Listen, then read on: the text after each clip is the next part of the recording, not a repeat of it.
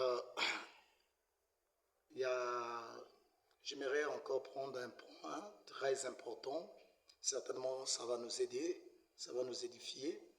En fait, le point que j'aimerais partager avec le peuple de Dieu ici aujourd'hui, c'est le point relatif aux maisons des dons. Vous savez que non, dans la Bible, là, on parle dans le livre de 1 Corinthiens chapitre 12 des dons que Dieu a donnés aux hommes. On nous a parlé aussi dans le livre d'Éphésiens 4, 11 des dons ministériels, bien sûr. Et dans le livre de 1 Corinthiens chapitre 12, on nous parle là de 9 dons de l'esprit. Nous savons que quand on parle de dons, c'est que le don sert à l'édification du corps de Christ. Tous nous le savons déjà. Et c'est toujours pour la gloire de Dieu et son peuple. Donc les dons, il y a 9 dons de l'esprit, d'après le livre de 1 Corinthiens. Et les 9 dons de l'esprit, donc chaque église locale devait avoir le 9 dons de l'esprit. Et ces dons de l'esprit, c'est pour l'édification du corps de Christ, comme on vient de le dire en amont. Et chaque personne dans l'église est un ministère particulier que l'on doit comprendre que chaque chrétien, chaque personne est un ministère particulier. Et ce ministère opère en harmonie avec les autres ministres ou les autres ministères.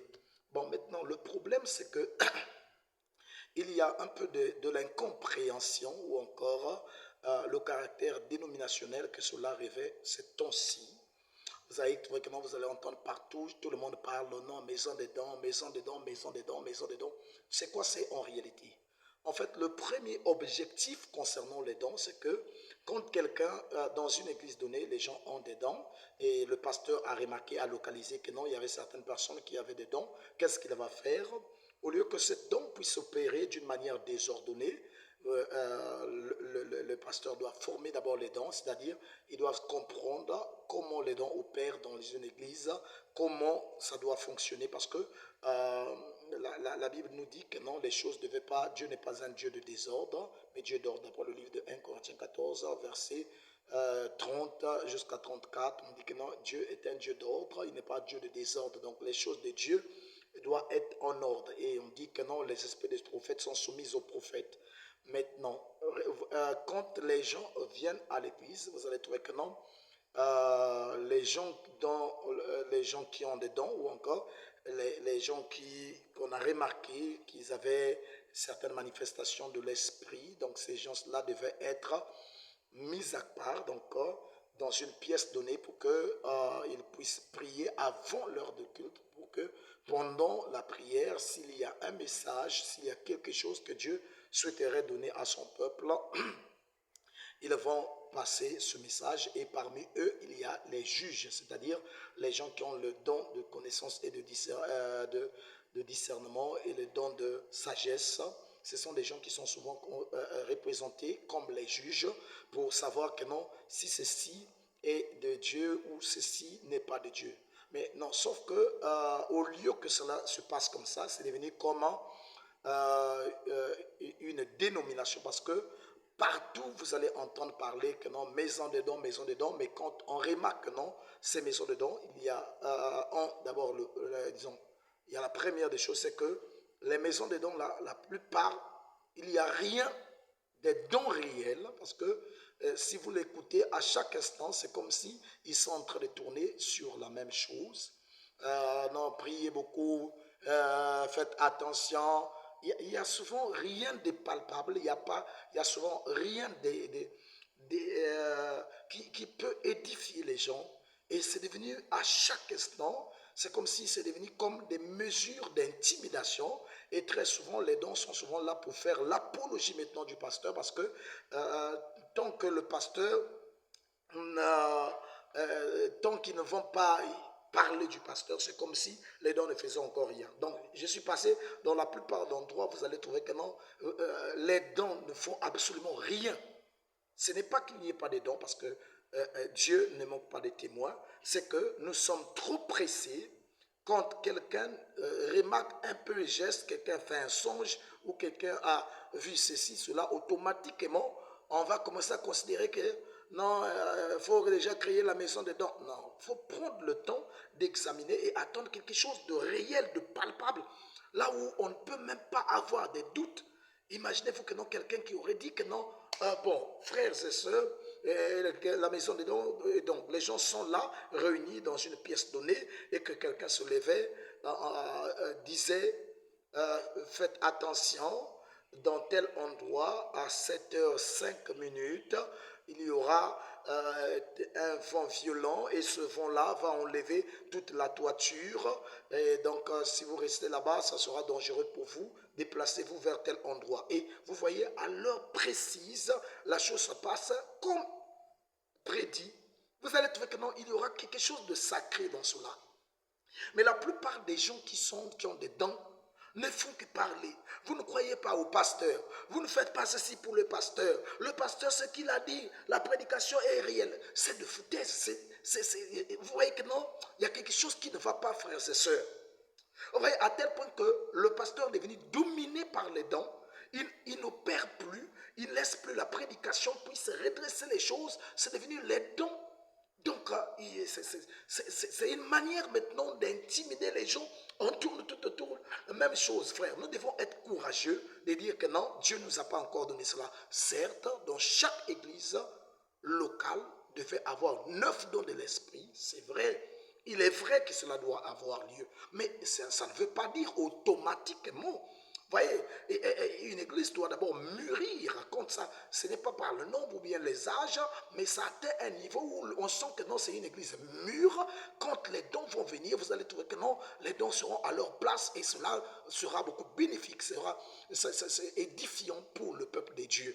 Mais malheureusement, ce que nous voyons est vraiment lamentable, ce que nous voyons aujourd'hui. Parce que c'est quoi? Ce que nous appelons aujourd'hui les dons, mais c'est carrément de n'importe quoi. Hein? Il y a presque rien. Tout le monde, tout cela. Vous allez trouver rien. Toutes choses. C'est devenu des mesures d'intimidation, simplement. Oh non, non, il faut prier beaucoup. Elle est possédée. Non, c'est vrai. Vous allez trouver simplement, oh, il y a l'esprit des prostitutions, il y a l'esprit des sirènes, il y a l'esprit. Mais jamais quelqu'un qui vient, non, quelqu'un qui est muet ou sourd-muet ou aveugle, et on amène dans la prière et que la personne, l'esprit dit que non, bon, il faut cette situation-là, la maladie est très souvent dans l'église, c'est compte. À l'église, pendant longtemps, on remarque par exemple, on est en train de prier, on prêche, on prie, mais il n'y a pas de guérison. On remarque que non, malgré l'imposition de mains, il n'y a pas le changement, il n'y a rien, tout cela. C'est en ce net moment qu'on peut dire que non, pour cette situation-là, est-ce que ce ne sera pas mieux que l'on se rassemble d'abord pour autour de cela? Mais de toutes les façons, si Dieu a besoin de parler pour une telle situation, déjà, puisque les gens se rassemblent toujours avant le culte, Dieu aurait envoyé un message que dit à la sœur Intel pour telle situation-là, je l'ai guéri déjà, mais il suffit qu'il puisse aller faire ceci, cela, comme on avait dit avec le général Naman, va te plonger cette fois dans le jeu de Jourdain, tout va rentrer en ordre. Il y a un peu de tas de choses comme ça qu'on attend, mais malheureusement, il n'y a rien de bon, simplement des mesures d'intimidation où on doit se rassembler, ceci, faites attention, faites tout cela. C'est devenu comme c'est devenu comme des propriétés des pasteurs parce que ça ne fait que l'apologie des pasteurs, ça ne fait que l'élévation de l'église, ça n'a rien de vous à tout cela. Vous n'êtes pas fatigué avec les à peu près. Nous avons besoin de quelque chose de vrai. Quand il y a regardez d'abord, même quand vous voyez que non, quelqu'un qui est en train de prêcher là, un moment, Rebecca Barabaka Dabashibi Rebecca. Les gens voient comme ça que non, un super homme de Dieu, tout ce truc-là, ce n'est que de l'intimidation. On a besoin de quelque chose de vrai, c'est des mesures d'intimidation. Il n'y a rien de valable là-bas. Il n'y a rien, même quand une personne peut parler en langue réelle. Vous allez trouver que non, il y a des messages phares, les gens tous là, qui est capable de dire que non, un tel, ta maladie là, parce que tu as une situation que tu avais fait tout cela, qui t'a rendu malade, répare, arrange ceci, cela, tout va rentrer en ordre. Oui, que non, des choses comme ça, ça nous ramène un peu à, toi-même, tu as un peu, ah Seigneur, miséricorde. Avant même qu'on te dise, toi là, toi-même tu es déjà à genoux en train d'implorer la miséricorde de Dieu. C'est ce genre de choses que l'on en a besoin. Et si nous arrivons à cela, ça nous bénira. Et même le païen qui vient d'arriver à l'église en écoutant cela, vous allez trouver que non, ils sont que non, cette église-là a quelque chose. Mais il y a simplement là, Dieu vous a exaucé, Dieu vous a tout cela, écoutez tout cela. Nous voulons quelque chose de réel, de sûr. Nous voulons quelque chose d'authentique, mes frères et sœurs. Et cela, si Dieu dit que non, il va donner, il va donner. Si nous n'en avons pas, implorons la miséricorde simplement, Seigneur, si nous avons péché quelque part, si nous sommes indignes quelque part, sois miséricordieux pour nous, jusqu'à ce que Dieu verra que non, vous êtes devenus matures, parce que les dents sont la maturité. C'est comme un couteau qu'on donne à un petit enfant, ça leur peut faire beaucoup de dégâts. Donc c'est pour vous dire que non, faisons attention. Les maisons des dons, ce n'est pas un slogan. Ce terme à tout moment, oh les vases, tout cela, et parfois ça développe de l'orgueil. Les vases en question qu'on dit les vases, jamais on a donné quelque chose de sûr. Il faudrait que vraiment nous soyons, vraiment on doit ouvrir les yeux. Ce n'est pas peut-être pour manquer du respect au travail des hommes de Dieu, mais nous désirons un peu quelque chose de réel. Mais cela ne veut pas dire qu'il n'y a pas des endroits où ils ont authentiquement les dons véritables. Non, ça ne manque pas. Il y en a certainement. Mais je veux simplement dire ceci, qu'il y a beaucoup d'amateurisme, il y a beaucoup de mensonges. Dans les maisons des dons, il y a beaucoup de mensonges. Le pasteur ne prie même plus lui-même. Donc, c'est devenu comme ces avatars dont, je ne sais pas, il n'a plus le temps de dire que non, j'ai fini de prêcher, je vais prier pour les malades. Chaque petite chose, appelez-moi à la maison des dons. Chaque petite chose, appelez-moi à la maison des dons. À tel point que même, par la honte là, s'il sait que non, je n'ai rien à dire, là, cette fois-ci, il faut fabriquer quelque chose. Parce que là, on m'appelle déjà vase. Je marche maintenant déjà, il y a une manière de marcher, vase de l'éternel. Vous voyez maintenant, il y a une certaine manière de marcher. Ah, on sent que non. Mais si je ne fabrique pas quelque chose, qu'est-ce que les gens vont dire de moi? Mais le vase en question, mais ok, quand il va fabriquer quelque chose, à la fin là, il sort comme ça. Ah, tout le monde, le vase a parlé. Oh, c'est un vase. Oh, le frère là, c'est un vase. Je ne sais pas, bientôt nous allons confondre avec je ne sais pas quel genre de vase, ou les vases de Nebuchadnezzar, ou je ne sais pas quoi. C'est simplement dire, mes frères et sœurs, que nous devons un peu faire attention, surtout aux hommes de Dieu. Ne soyons pas dirigés par les gens qui ont les dons. Oui, ça ne veut pas dire que non, chaque fois que vous voulez prier pour les malades, appelez les dons. Chaque fois que quelqu'un a une situation, non, il y a quelqu'un, nous amenons dans notre église, il y a quelqu'un qui est malade, tout ce truc-là, vous ne prenez pas le temps pour prêcher, exhorter la personne, l'écouter et prier pour la personne. Chaque petite chose, amenez des dons, amenez des vases de tout cela. Non, non, non, non, non, c'est mal comprendre tout cela.